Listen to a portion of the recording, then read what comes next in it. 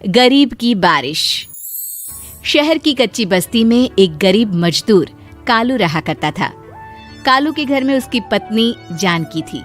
जानकी लोगों के घरों में झाड़ू पोछा करके कुछ पैसे कमा लेती थी और वहीं कालू किसी तरह मेहनत मजदूरी करके 2 वक्त की रोटी का जुगाड़ कर लेता था। कुछ दिनों से हो रही बारिश के कारण कालू की मजदूरी बंद हो गई थी। अरे जानकी, इस बार तो बरसात ने हद ही कर दी, रुकने का नाम ही नहीं ले रही।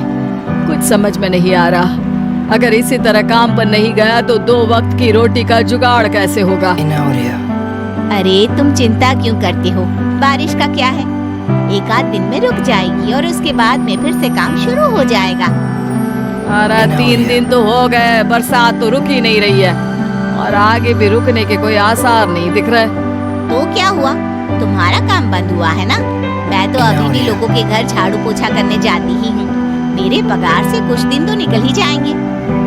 अरे घर का खर्चा तो हम किसी तरह चला लेंगे जानकी, लेकिन ये जो छत टपक रही है इसका क्या करेंगे? ये बात तो आपकी सही है। हमारी झोपड़ी अब काफी पुरानी हो चुकी है और इसके छप्पर में भी कई सारे छेद हो गए हैं। रात भर पानी टपकता रहता है। अरे मैं भी इसी बात से बहुत परेशान रहता हूँ। कहीं किसी दिन ज्यादा बारिश आ गई तो हमारी झोपड़ी टूटकर बिखर ना जाए। राम राम राम, ऐसी अशुभ बातें क्यों करते हो? अरे ऐसा कुछ नहीं होने वाला। ये झोपड़ी ही तो हमारा सब कुछ है। अगर यही नहीं रही तो हम जाएंगे कहाँ? ठीक है जानकी, जब तुम्हारी पगार मिल जाएगी तो कुछ पैसे बचाकर झोपड़ी के छप्पर की मरम्मत करवा लेंगे। शायद हमारी परेशानी कुछ कम हो जाए। ठीक है जी, अब ना ज्यादा परेशान मत हो।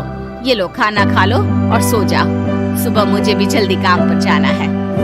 जानकी और कालू अपनी झोपड़ी में सो गए। रात को अचानक से बहुत तेज बारिश शुरू हो गई।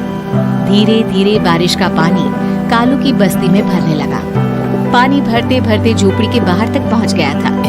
सुबह के वक्त जब कालू और जानकी सोकर उठे, हे भगवान, ये क्या हो गया? बारिश का पानी तो हमारे घरों तक पहुंच चुका है। अब मैं काम पर कैसे जाऊंगी? रहने दो जानकी, तुम आज काम पर मत जाओ। ऐसे पानी से निकल कर जाओगी और बीमार पड़ गई तो लेने के देने पड़ जाएंगे। लेकिन अगर नहीं गई तो मालकिन लोग नाराज हो जाएंगे। आप जानते हैं ना, बड़ी मुश्किल से 1 दिन की छुट्टी भी नहीं देती है। लेकिन जानकी, झोपड़ी के बाहर तो पूरी बस्ती में पानी भरा है, तुम जाओगी कैसे?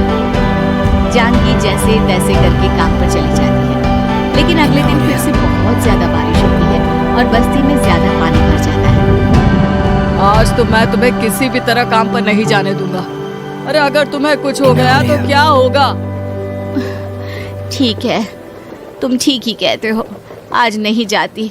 अगर मालकिन नाराज हो गई तो मना लूंगी किसी तरह। अरे मनाने वाली क्या बात है, जब तुम बताओगी कि हमारी झोपड़ी में पानी भर गया है तो वो खुद ही समझ जाएंगे ना। अगले 2 दिन तक तेज बारिश होने की वजह से जानकी, कालू और आसपास की बस्ती में रहने वाले सभी लोगों के घरों में पानी भर जाता है, जिसकी वजह से जानकी काम पर नहीं जा पाती। और 3 दिन के बाद जैसे ही जानकी काम पर पहुंचती है, कहाँ थी तुम? पिछले 3 दिनों से काम पर क्यों नहीं आई? मैम साहब क्या बताऊं, इतनी ज्यादा बारिश हो रही थी, हमारी पूरी बस्ती में पानी भर गया है और उससे भी ज्यादा तो मेरी झोपड़ी के अंदर पानी भर गया। आप ही बताइए कैसे आती मैं? इसका मतलब ये हुआ कि बारिश होगी तो तुम काम पर नहीं आओगी? ना ना, मेरे कहने का ये मतलब नहीं था मैम साहब। तुम जानती भी हो 3 दिन से कितनी परेशानी हो रही है मुझे। सारा काम मुझे खुद करना पड़ा। माफ कर दीजिए मालकिन जी, पर मैं क्या करती, आने के लिए रास्ता ही नहीं था, सब जगह पानी भरा हुआ था। बहाने तो तुझे बहुत बनाने आते हैं। जानकी देख, अगर अगली बार ऐसा किया ना तो फिर काम से हमेशा के लिए छुट्टी। अरे ना ना मालकिन, ऐसा मत कीजिए। बारिश की वजह से मेरे पति की मजदूरी भी छूट गई है। बड़ी मुश्किल से घर में 2 वक्त खाने की रोटी का जुगाड़ हो पाता है। आप मुझे काम से निकाल देंगे तो हम क्या खाएंगे?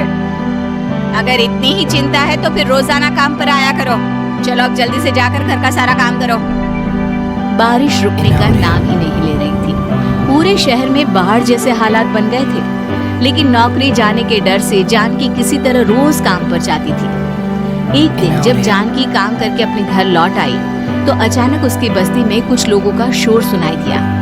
अरे लगता है बाहर कुछ हुआ है, मैं जाकर देखता हूँ। हाँ, पता तो कीजिए, ये बस्ती में लोग इतना शोर क्यों कर रहे हैं? बाहर जाकर कालू ने एक आदमी से पूछा। अरे क्या हुआ भाई, इतना शोर क्यों मचा रहा है? अरे क्या बताए भैया, अपनी बस्ती के बाहर एक पुल टूट गया है और वहाँ पर एक कार फंसी है। थोड़ी देर में अगर किसी ने नहीं बचाया ना तो वो कार पानी में बह जाएगी। ये क्या कह रहे हो भैया, कार के अंदर कोई है क्या? हाँ, कोई औरत बैठी है, अकेली है, बहुत रो रही है बेचारी, मदद के लिए बुला रही है। अरे तो हमें जाकर उनकी मदद करनी चाहिए ना। अरे लेकिन इस पे बहुत खतरा है, हमें अपने आप को बचाना चाहिए। पानी कभी भी हमारी बस्ती की तरफ आ सकता है। अरे तुम्हें नहीं चलना तो मत चलो, लेकिन मैं तो जाकर उस औरत की मदद जरूर करूंगा। कालू उस जगह पर पहुंचता है जहां वो औरत कार में फंसी हुई थी। वहां पर पानी का बहाव बहुत तेज था और सारा पानी कालू की बस्ती की तरफ ही आ रहा था। कालू ने एक बड़ी सी रस्सी को पेड़ से बांध दिया और दूसरे सिरे को कार की तरफ फेंक दिया और उस औरत को रस्सी के सहारे बाहर आने के लिए कहा। तभी वहां जानकी भी दौड़ती हुई आई। अरे ये तो मेरी मालकिन है, जिनके यहाँ मैं काम करने जाती हूँ। अरे मैडम जी, आप डरिएगा मत, आपको कुछ नहीं होगा। आपकी गाड़ी को भी मैंने रस्सी से बांध दिया है। थोड़ी देर में पानी का बहाव कम हो जाएगा, फिर हम आपकी कार को भी बाहर निकाल लेंगे। क्या तुम जानकी के पति हो? हाँ, जानकी मेरी ही पत्नी है, आपके यहाँ काम करती है ना। लेकिन मेम साहब, आप यहाँ पानी में कैसे फंस गई? अब क्या बताऊं, मैं अपनी सहेलियों के साथ पिकनिक पर गई थी, वहीं से लौट रही थी। अचानक पानी का बहाव तेज हो गया और मेरी गाड़ी फंस गई।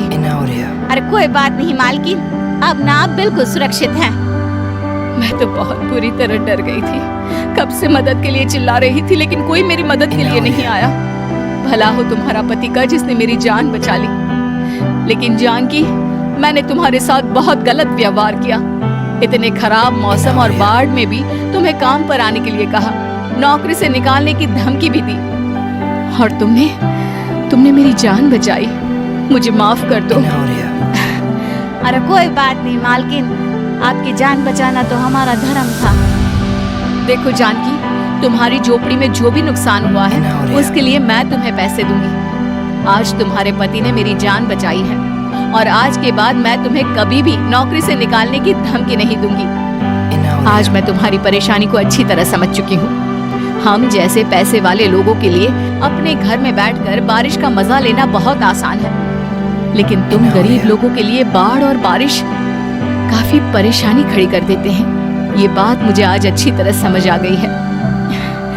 आपका बहुत बहुत धन्यवाद मालकिन।